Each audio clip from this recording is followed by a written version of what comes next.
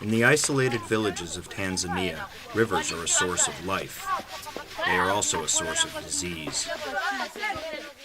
Leo Kalfam Masakili is a corn farmer and father of 5.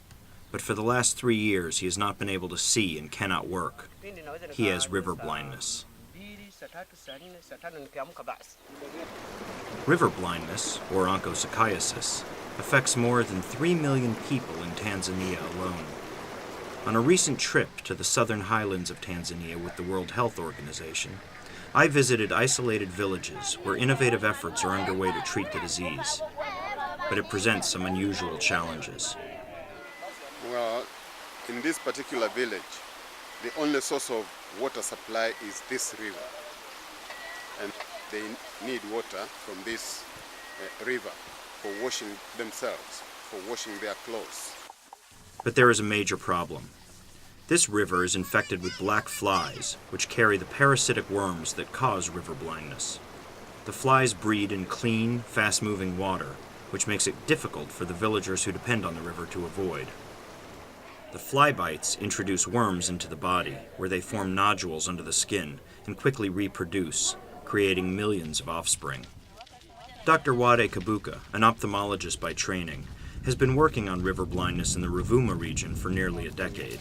He said, we're going to see a man who has suspected signs of skin lesions, which are suspected to be signs of Onchocerciasis. The complications from river blindness can be debilitating, ranging from severe itching that can cause people to lose sleep for years at a time, to epilepsy, and ultimately to blindness.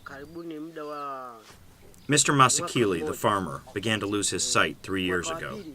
He has been given medication, but appears to have been skipping it. He still has such severe itching that he can no longer sleep through the night. He hasn't slept for a year? Yes, he can sleep maybe for 3 hours. People with epilepsy are badly affected by the disease. The farmer's son, who is 22, suffers from seizures 3 times a month. For the last decade, the World Health Organization's African Program for Onchocerciasis Control has been working with public health officials throughout Africa to come up with innovative ways to treat the disease.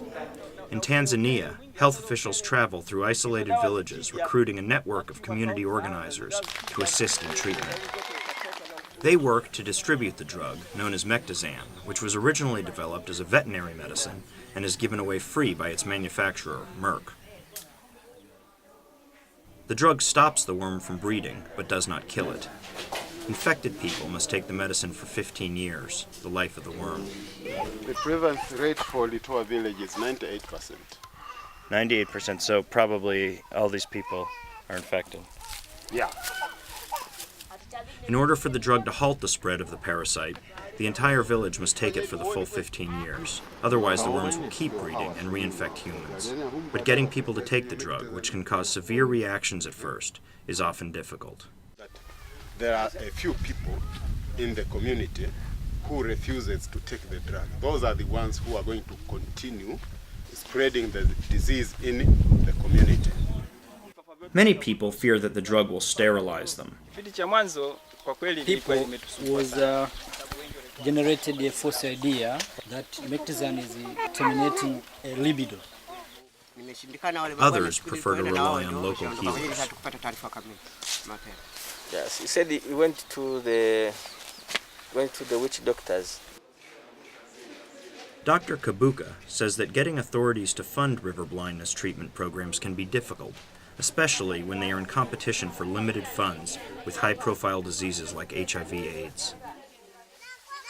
More than 37 million people worldwide have river blindness, most of them in Africa. 3 times that many are at risk for the disease. It is the world's second leading cause of preventable blindness. For now, these community-based programs are the best hope for the people in the river villages of Tanzania.